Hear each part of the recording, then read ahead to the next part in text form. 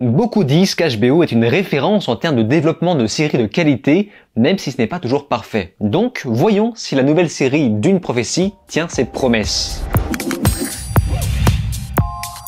Salut à tous, c'est Vince sur Plottime et on se retrouve aujourd'hui pour parler d'une nouvelle série de science-fiction américaine du nom de Dune Prophétie, créée par Diane Ademujan, ainsi qu'Alison Shapker pour la chaîne HBO. Je pense que vous l'avez compris, il s'agit d'un spin-off canon au dernier film Dune de Denis Villeneuve, se déroulant 10 000 ans avant les événements originaux. Et ça ne sort pas nulle part, puisque c'est adapté du roman La Communauté des Sœurs de Brian Herbert, fils de Frank Herbert, aux côtés de Kevin J. Anderson. Et attention, car je pense que c'est important de le préciser, je n'ai lu toujours aucun livre Dune, et j'ai vu des fans des livres dire que tout ce qui a été écrit par d'autres personnes que Frank Herbert est fondamentalement moins bien. Donc, soyons toutefois sur nos gardes avec ces nouvelles séries. Une série de 6 épisodes diffusés de façon hebdomadaire jusqu'à la fin de l'année 2024. Et c'est déjà disponible en France sur la plateforme Max, évidemment. Donc, j'imagine qu'on a quand même de quoi se rassasier jusqu'à la fin de l'année aux côtés de la série The Penguin. Le projet a été commandé il y a déjà 5 ans, et ça a mis beaucoup de temps à arriver dû à des soucis de communication de différents artistiques et j'en passe. Pour l'heure, la série est là pour nous faire patienter l'arrivée du 3e film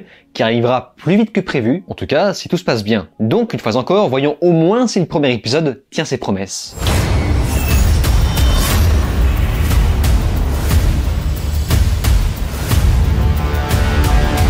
Dans un futur où l'humanité s'est débarrassée de tout ce qui est semblable à des machines, un culte appelé les Bene Gesserit tire les ficelles des conflits politiques. Dans ces conflits se trouve l'Imperium, qui dans un but qui lui est propre se tournera sur la mystérieuse planète Dune. Comme je vous l'expliquais, l'histoire va tourner autour des Bene Gesserit dans un premier temps, et ça tombe bien puisque c'est un culte qui m'intriguait beaucoup dans les derniers films, puis l'Imperium dans un second. L'épisode va nous présenter l'importance de ces deux camps qui partagent un même but pour différentes raisons. On va donc traverser les grandes problématiques des Bene Gesserit sur le contrôle politique pour assurer une forme de sécurité. Et tout ceci possède un prix qui passe par le sang ou des alliances improbables. Dès que ça commence, on nous envoie pas mal d'artifices à l'écran pour nous aider à rentrer dans le bain, et pour être tout à fait honnête, plus on avance, moins on a envie que ça s'arrête. J'étais presque triste de voir que l'épisode touchait à sa fin, alors qu'on a de plus en plus envie de voir l'évolution de toutes ces alliances bien malsaines. Étant donné qu'on est plus proche de la précédente guerre des machines, il y a une sorte de paranoïa qui pèse sur les civilisations humaines à l'idée de revivre ça. Dune Prophétie, pour le moment, comprend beaucoup de personnages, ça semble très complexe, mais au moins les scènes s'enchaînent de façon tellement fluide que ça en devient hyper simple à comprendre. Dès le premier épisode, on s'intéresse déjà à chacun des personnages, incarnés par une flopée d'acteurs qui s'en sortent vraiment très bien selon moi. On peut souligner par exemple la présence d'Emily Watson, qui j'imagine a été choisie par HBO grâce à sa présence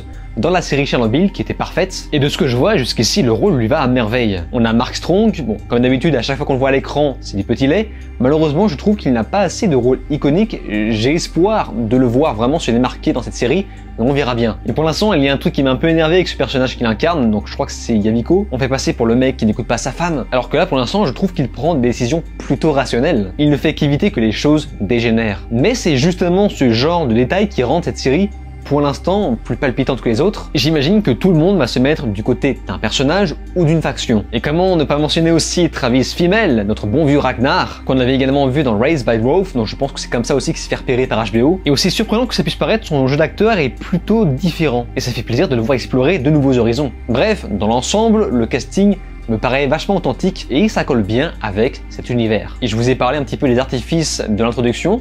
En effet, l'esthétisme envoie du boudin dès cette introduction. J'ai l'impression qu'on ne se fout pas trop notre gueule avec les moyens employés pour cette série, et si l'écriture suit, on aura peut-être affaire à un genre de nouveau Game of Thrones cuisiné façon SF. Pour vous donner une idée, c'est totalement dans l'esprit très froid et vertical des derniers films Dune. Après, pour chipoter un peu, je trouve que l'esthétisme fait un peu trop pareil. Un peu trop pareil pour une série censée se dérouler 10 000 ans avant l'histoire originale. On aurait aimé peut-être un visuel un peu différent pour nous montrer que du temps sépare les deux fictions. Malheureusement, ce n'est pas du tout du Denis Villeneuve, mais alors pas du tout. Ce n'est pas la même finesse et le même perfectionnisme. J'ai eu l'impression de regarder un sous-Dune, même si, attention, ne jugeons pas trop vite, je trouve que ce format est largement suffisant pour raconter, je l'espère, une très bonne histoire. Et la bonne nouvelle, c'est que ce premier épisode se tient de façon plutôt solide. Bien que entre ça et la musique, qui elle aussi m'a paru décevante, parce que oui, on a une musique synthétique très classique et bien loin des thèmes mystiques de Hans Zimmer, même si j'en étais pas très fan, au moins ils apportaient quelque chose de beaucoup plus impactant. Pour l'instant, je trouve que la musique manque de quelque chose qui casse la baraque, mais attendons de voir si ça peut s'améliorer par la suite. En tout cas, ce premier épisode était plutôt long, mais pas moins dense et captivant. Pour l'instant, je qualifie cette série d'intrigante, et je vais avoir besoin d'un visionnage complet de la saison pour m'assurer de sa qualité. Même si, pour l'instant, d'un point de vue personnel, je trouve que ça sent plus que bon. Vous savez, étant un grand fan de tout ce qui est Space Opera, Mass Effect, j'ai l'impression de revivre ce même niveau de complexité au sein d'un univers comme ça. Imaginez un petit peu une série Star Wars avec ce niveau de sérieuxité. Andor, voilà.